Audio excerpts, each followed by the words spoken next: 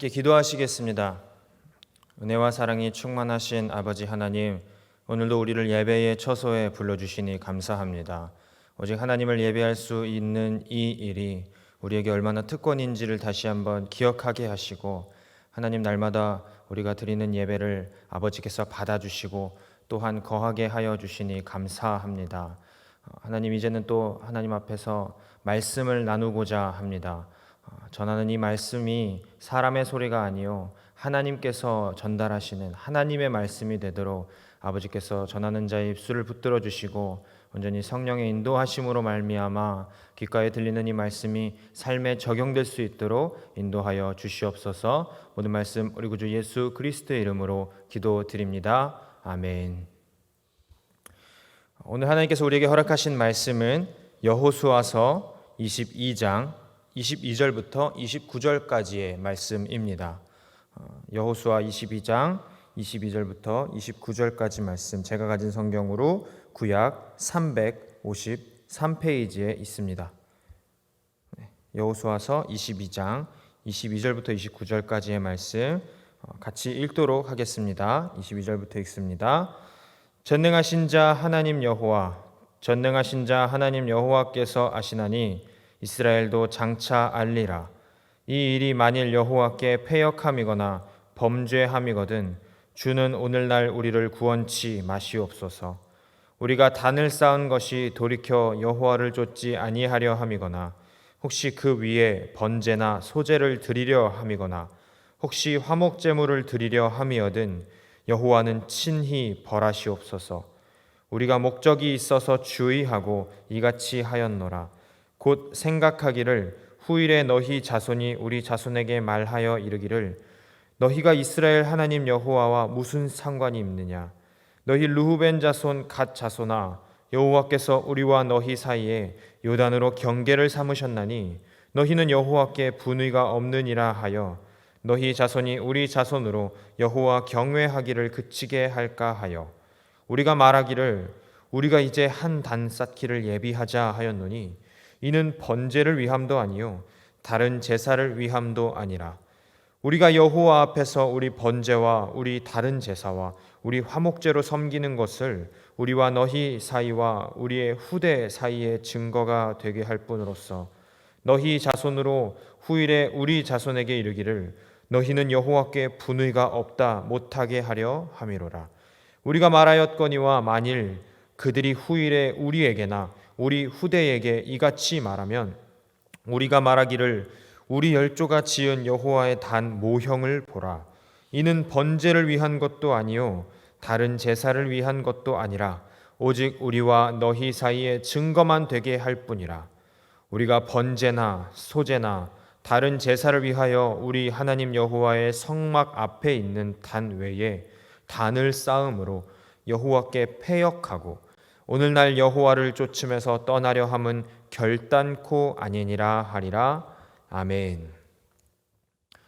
성경은 여러 가지 상징들로 가득합니다.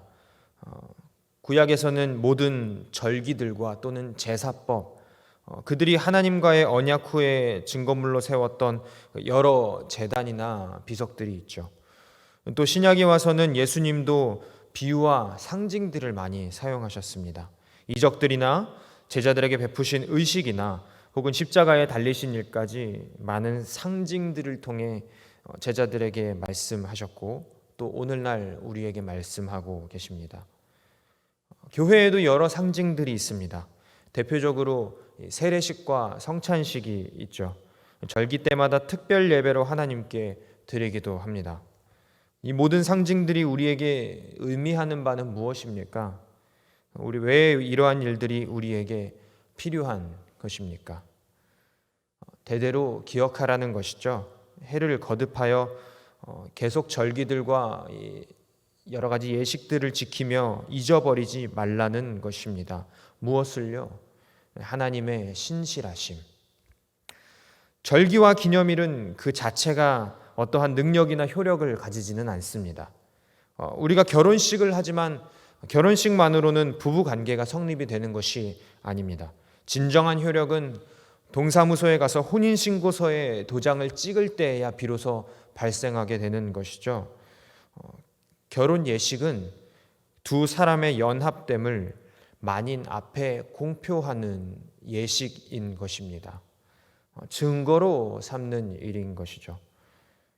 또 우리가 매년 생일이 돌아오면 그 생일을 기념하고 때로는 잔치를 하기도 하지 않습니까? 생일 역시 생일 그 자체가 생명의 효력이 있는 것은 아니죠. 생일도 어떻게 보면 우리가 처음부터 이 땅에 존재했던 것은 아니다. 인생의 참 의미, 원래 존재하지 않았던 우리가 이 땅에 태어나 존재하게 된 것처럼 언젠가는 다시 존재하지 않게 될 것을 기억하라는 것입니다. 마찬가지로 세례식과 성찬식을 한다고 우리 그 자체의 능력이 있거나 또 그것이 한순간에 변화시키는 힘이 있는 것은 아닙니다. 우리가 알고 있다시피 성찬식에 먹는 떡과 포도주를 예수님께서 이 잔은 나의 피요 이 떡은 나의 살이라 하셨다고 그게 진짜 살과 피로 변하는 것은 아니지 않습니까?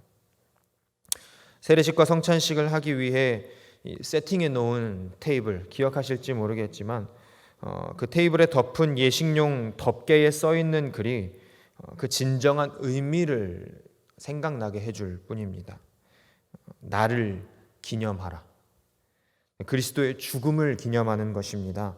그리고 부활절 절기 예배로 그가 다시 사셨음을 기념하는 것이죠. 이렇듯 우리는 수많은 상징들로 대대에 기념할 증거를 삼습니다. 오늘 우리가 함께 읽은 여호수아 22장도 기념비를 세우는 내용입니다. 이스라엘 백성들은 하나님의 약속을 따라서 가나안 땅을 정복하는 여정을 시작한 뒤에 여호수아서에서만 총 7개의 기념비를 세웁니다. 요단강을 건넌 뒤에 길갈에서 또 하나님께 범죄하여 심판받은 아간의 시신 위에 한 번 실패했으나 하나님의 허락하심 후에 점령한 아이성의 왕의 시신 위에 또 이스라엘을 축복하고자 선 에발산 위에서 여호수아가 율법을 돌에 기록하기도 했고요. 기브온 땅에서 전쟁에 승리한 뒤에 그 아모리 왕들의 시신 위에 또 오늘 읽은 말씀 가나안 땅 요단강 언덕 위에 모든 전쟁이 끝나고 세겜 땅에서 언약을 맺은 뒤에 총 7번이나 기념할 비석을 세우게 됩니다. 이 7가지의 기념비는 전부 한 가지를 기념하는 것입니다. 하나님의 신실하심. 하나님께서는 그 약속대로 그들을 인도하셨으며 그 약속대로 그들을 심판하시기도 또 복주시기도 하셨다는 사실입니다. 그 중에 오늘 요단강에 세워진 제단은 6번째 기념비로 그들 가운데 세워졌습니다.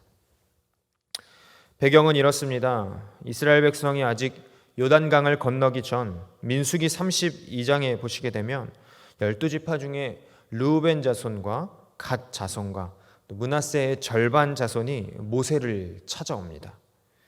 그들은 요단강을 건너 서쪽 가나안 땅 하나님이 약속하신 젖과 꿀이 흐르는 땅을 차지하기보다 지금 그들이 점령하고 있는 동쪽 땅 길르앗 땅에 살고 싶다고 이야기합니다. 모세는 깜짝 놀랐습니다. 분명 하나님이 명령하신 땅을 정복해야 하는데 엉뚱한 소리를 하고 있기 때문이죠. 형제들이 전쟁으로 피 흘리고 있을 때 너희들은 가만히 구경하려느냐 하고 타일러서 돌려보내려는데 웬걸요.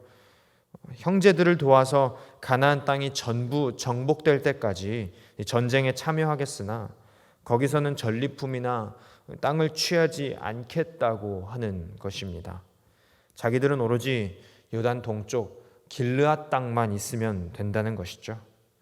그래서 그들은 길르앗 땅을 기업으로 받는 대신에 아무런 보상도 없이 형제들과 함께 하나님의 정복 전쟁을 수행하게 됩니다. 그리고 모세와의 그 약속은 빈틈없이 지켜져서 여호수아의 때까지 그들은 힘을 합쳐 가나안 땅을 전부 정복하게 되었습니다.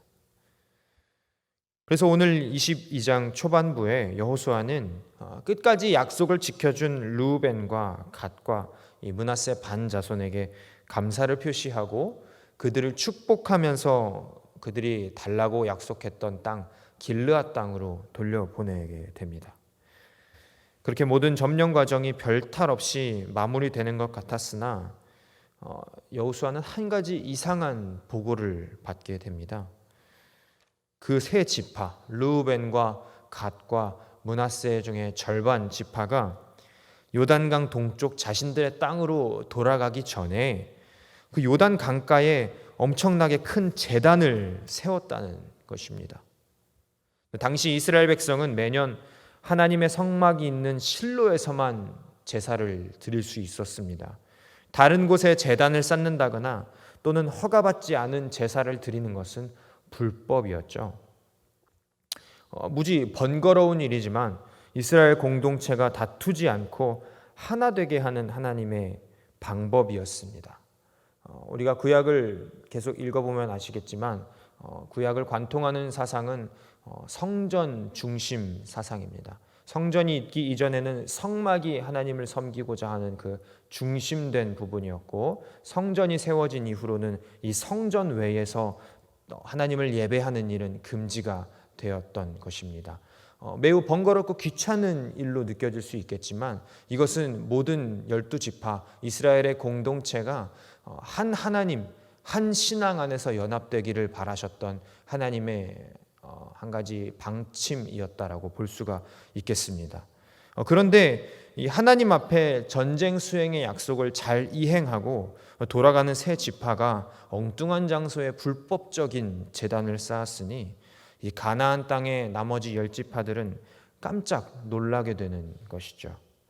이것은 하나님에 대한 반역 행위이자 매년 실로에 함께 모여 제사 드리는 이스라엘의 전통을 깨고 자기들만의 독자적인 예배를 드리려는 정치적 적대 행위로 간주될 수 있었던 것입니다. 이들은 이미 아이성 전투의 전에 아간의 범죄로 이스라엘 공동체 한 사람의 범죄가 공동체에 얼마나 큰 파장, 큰 심판을 불러오게 되는지 겪어왔던 사람들입니다. 하나님께서 아간뿐만 아니라 이스라엘 온 회중에게 책임을 물으셨던 것을 기억하는 것이죠. 자칫 잘못하면 지파 간의 전쟁이 날 수도 있는 일이었습니다. 그러나 혈기를 잠시 누르고 가나안 땅의 10지파는 이 일이 어떻게 된 일인지 정확한 진상을 파악하기 위해 지파별 대표들로 조사단을 꾸려서 보내게 됩니다. 지혜로운 판단을 내린 것입니다. 이렇듯 때로는 다른 이의 정확한 의도를 파악하고 오해하지 않기 위해서 신중하게 행동할 필요가 있습니다. 조사단은 기념비를 세우고 돌아가는 세 지파를 불러 세워서 이 일의 진상을 조사합니다. 만약 그들의 생각대로 세 지파가 하나님께 반역을 꾀한 것이라면 그들에게는 가차 없는 심판이 내려지게 될 것입니다. 그러나 그들이 우려했던 바와는 달리 세 지파는 이렇게 대답합니다. 26절부터 27절까지입니다. 우리가 말하기를 우리가 이제 한 단 쌓기를 예비하자 하였노니 이는 번제를 위함도 아니요 다른 제사를 위함도 아니라 우리가 여호와 앞에서 우리 번제와 우리 다른 제사와 우리 화목제로 섬기는 것을 우리와 너희 사이와 우리의 후대 사이에 증거가 되게 할 뿐으로서 너희 자손으로 후일에 우리 자손에게 이르기를 너희는 여호와께 분의가 없다 못하게 하려 함이로라. 쉽게 말하자면 증거를 세웠다는 이야기입니다. 다른 제사로 하나님께 범죄하려 함도 아니고 이스라엘 자손들 중에서 독립하려는 것도 아니고 다만 후손들을 위해 증거물로서 모형을 만들었다는 것입니다. 잘 보이는 곳에 크게 만든 이 제단의 모형은 요단강을 사이에 두고 거리가 멀어진 요단 동쪽 지파와 서쪽 지파들 사이에 대대로 그들이 하나님 안에서 같은 신앙을 공유하는 한 형제임을 증거하게 될 것입니다. 일일이 설명을 다 들은 조사단은 공동체를 파괴하려 함이 아닌 오히려 하나님 안에서 공동체의 미래까지도 생각한 세 지파의 마음에 감동하였습니다. 그래서 즐겁게 하나님을 찬송하며 돌아갔고 그들이 쌓은 큰 제단은 증거라는 뜻을 가진 엣이라고 불리게 됨으로써 오늘의 긴 이야기는 마무리 지어집니다. 사랑하는 우리 사랑교회 성도 여러분, 저는 오늘 이 제단 사건에서 세 가지의 교훈, 우리가 적용할 수 있는 부분들을 발견하여 함께 나누려고 합니다. 첫째, 우리가 선한 의도로 행한 일도 때로는 오해를 살 수 있습니다. 세 지파는 형제를 위한 약속을 충실히 이행하고서 돌아가는 길에 어떤 마음이 들었습니다. 24절에 이들이 설명하기를 우리가 목적이 있어서 주의하고 이같이 하였노라. 곧 생각하기를 후일에 너희 자손이 우리 자손에게 말하여 이르기를 너희가 이스라엘 하나님 여호와와 무슨 상관이 있느냐라고 할 때에 여기에 쓰인 이 목적으로 번역된 단어는요, 히브리어로 데아가라고 하는 단어로서 원래 걱정 또는 두려움 또는 조심성이라는 뜻을 가지고 있습니다. 그렇습니다. 그들은 나중에 자신의 후손들이 하나님의 언약 공동체에서 쫓겨날까 봐, 거리가 멀어짐으로 요단강이 가나안 땅 서쪽 지파들과 동쪽 지파들을 분리시킬까 봐 두려웠던 것입니다. 재산이나 안전이나 이 땅에서 먹고 사는 문제에 두렵기보다 하나님의 약속에서 벗어나는 것을 두려워하였다는 그들의 증언은 참 흥미롭습니다. 하지만 하나님을 경외하는 마음에서 우러나온 이들의 선한 행위도 다른 지파들의 오해를 사고 말았습니다.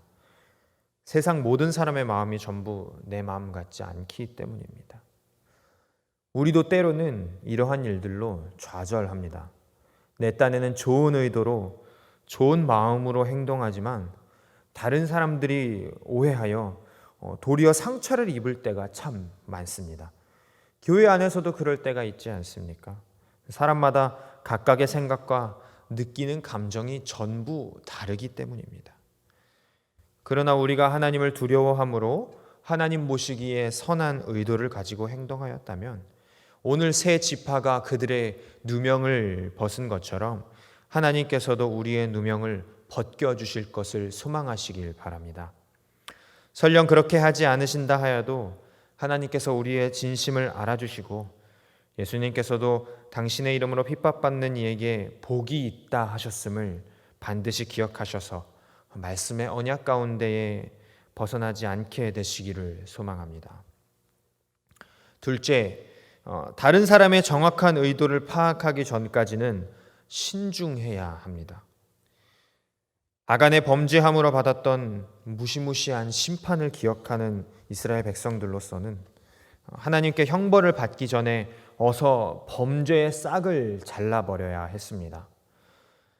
그들 안에서 당연히 동쪽 지파를 쳐서 죄악을 진멸하자는 여론도 들끓었을 것입니다. 그러나 서쪽 10지파의 지도자들은 타오르는 감정은 잠시 진정시키고 형제들의 진짜 의도를 파악하기로 결정합니다. 혹시라도 자신들이 오해할 수 있기 때문입니다. 그렇습니다. 우리가 억울한 일을 겪을 때도 있지만 우리도 또한 다른 사람을 억울하게 만들 수 있음을 항상 기억해야 합니다. 그리고 진짜 의도를 파악하기 전까지는 매우 신중할 필요가 있습니다. 10지파의 지도자들은 조사단을 파견하여 형제들을 다그치고 매도하기보다 그들이 정말 하나님께 범죄하고자 이 일을 저질렀다면 회개하고 다시 돌아오라고 설득합니다. 그들은 19절에 이렇게 놀라운 태도를 보입니다. 너희 소유지가 만일 깨끗지 아니하거든 여호와의 성막이 있는 여호와의 소유지로 건너와 우리 중에서 소유를 취할 것이니라.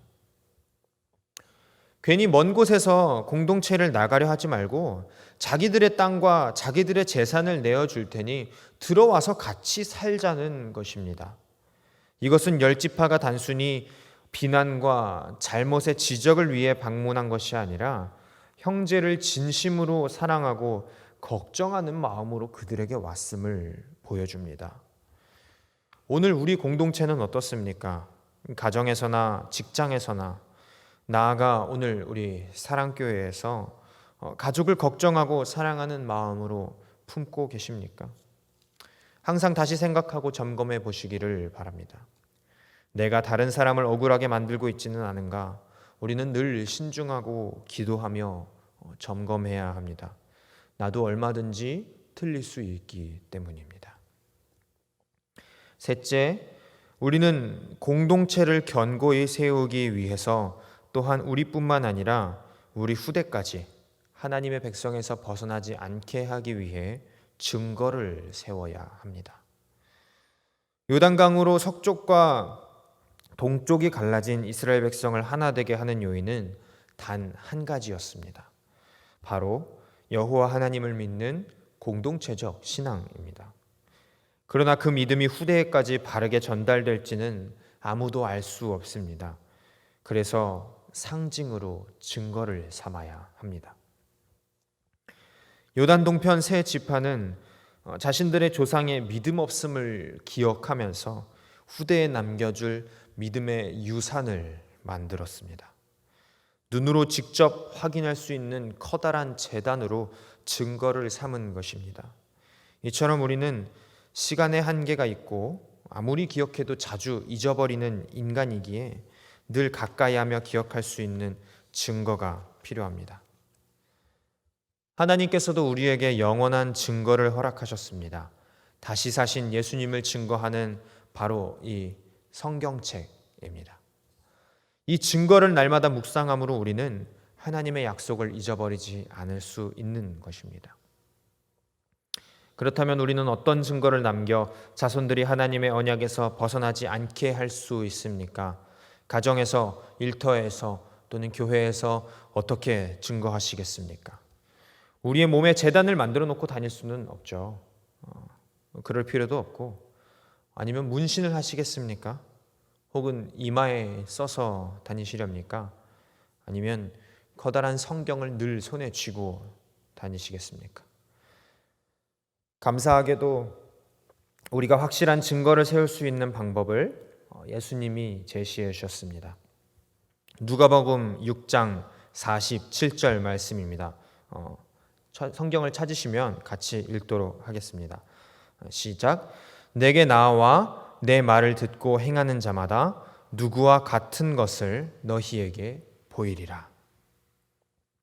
예수님께 나아가서 예수님의 말씀을 듣고 예수님의 말씀대로 행하는 자는 누구와 같습니까? 그렇습니다. 예수님과 같은 자입니다. 우리는 이런 사람을 가리켜 이렇게 부릅니다.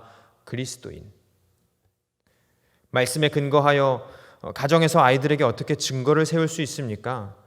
성경 읽어라, 교회 가라, 이거 해라, 저거 해라 말하기보다 부모가 먼저 예수님의 말씀을 살고자 노력하는 증거를 보여줄 수 있는 것입니다. 예를 들자면 아버지의 사업이 어려울 때 아이를 앉혀놓고 이렇게 이야기할 수 있는 것이죠. 요즘 아버지의 사업이 어려운데 이 일들을 통해 하나님의 뜻이 드러나도록 너가 기도해다오. 그러면 아이들은 이렇게 생각할 것입니다. 우리 아버지가 정말 하나님을 의지하는구나. 그러나 아이들한테는 교회 가라, 성경 읽어라, 예배 빠지지 마라 이야기하는데 정작 부모님은 기도하는 모습이 보이지 않고 삶에서 그리스도의 향기가 전혀 나지 않는다면 오히려 역효과가 나는 것입니다. 그렇습니다. 우리는 삶에서 예수님의 증거를 나타낼 능력을 받은 사람들입니다. 매우 특별한 권한입니다. 이스라엘 백성들은 힘들여 큰 제단을 쌓아서 증거를 나타냈지만 우리는 우리 안에 거하시는 성령님으로 말미암아 삶의 모습으로 믿음의 증거를 보일 수 있는 살아있는 증거, 즉 그리스도의 산 증인들입니다. 가정에서나 일터에서나 더욱이 교회 공동체 안에서 이 증거로 우리의 삶을 채워야 할 줄로 믿습니다. 말씀을 마무리 짓고자 합니다. 얼마 전 한 칼럼을 읽었는데 내용이 이렇습니다. 코로나 사태 이후 우리는 90% 경제에서 어떻게 살아남을 것인가? 90%란 거의 100%에 근접했지만 엄연히 10%의 차이가 손실된 수치입니다. 10%의 차이는 우리가 눈으로 보기에는 별로 차이가 나는 것 같지 않아 보이더라도 경제에서는 어마어마한 수치라고 합니다. 결코 완벽히 이전 상태로 돌아갈 수 없음을 표시하기도 하는 것이죠. 그래서 그 칼럼에서 제시하는 이 생존의 방법은 이렇습니다. 공존, 공생. 이제 경쟁에서 각자 도생하는 시대는 끝났다는 것입니다. 진지하게 우리가 어떻게 함께 살아갈 수 있을지, 어떻게 해야 서로 필요한 부분을 채워주고 살아남을 수 있을지를 고민해야 한다는 이야기입니다. 치열한 싸움터와 같던 이 세상도 이렇게 점점 공생과 연합의 개념에 대비할 정도로 이제는 혼자 살아남기 어려운 시대가 된 것 같습니다. 그런 점에서 우리는 가장 좋은 연합의 증거를 가지고 있습니다. 바로 예수 그리스도입니다. 비록 질병의 어려움 속에 대면하지 못하여서 오랫동안 만나지 못했지만 그럼에도 우리가 분열하지 않고 하나됨을 유지할 수 있는 비결은 무엇입니까? 우리 안에 한 예수가 살아계시기 때문입니다. 이제 예수님께서 우리로 더욱 견고한 공동체가 되게 하실 것입니다. 예수님께서 우리 삶을 증거로 삼으실 것입니다. 비록 오해를 받을 때도 있을 것이나 하나님 앞에 신실함으로 증인되기를 멈추지 마십시오. 때로는 다른 일을 오해할 수도 있을 것이나 신중함으로 같은 피를 예수 그리스도의 보혈을 나눈 형제 증인의 진짜 마음을 헤아려 주십시오. 우리가 이런 신실한 중심을 놓치지 않을 때에 하나님께서 우리 가정과 일터와 교회를 더욱 견고히 세우실 것이며 우리의 삶의 증거로 말미암아 후대까지 함께 하실 것입니다. 먼 옛날 믿음의 조상들이 오로지 하나님과 형제와 후손을 사랑하는 마음으로 그 증거들을 세운 것처럼 오늘날 동일하게 하나님과 형제와 후손을 사랑함으로 삶의 증거를 보이게 되는 저와 여러분 다 되시길 간절히 소망합니다.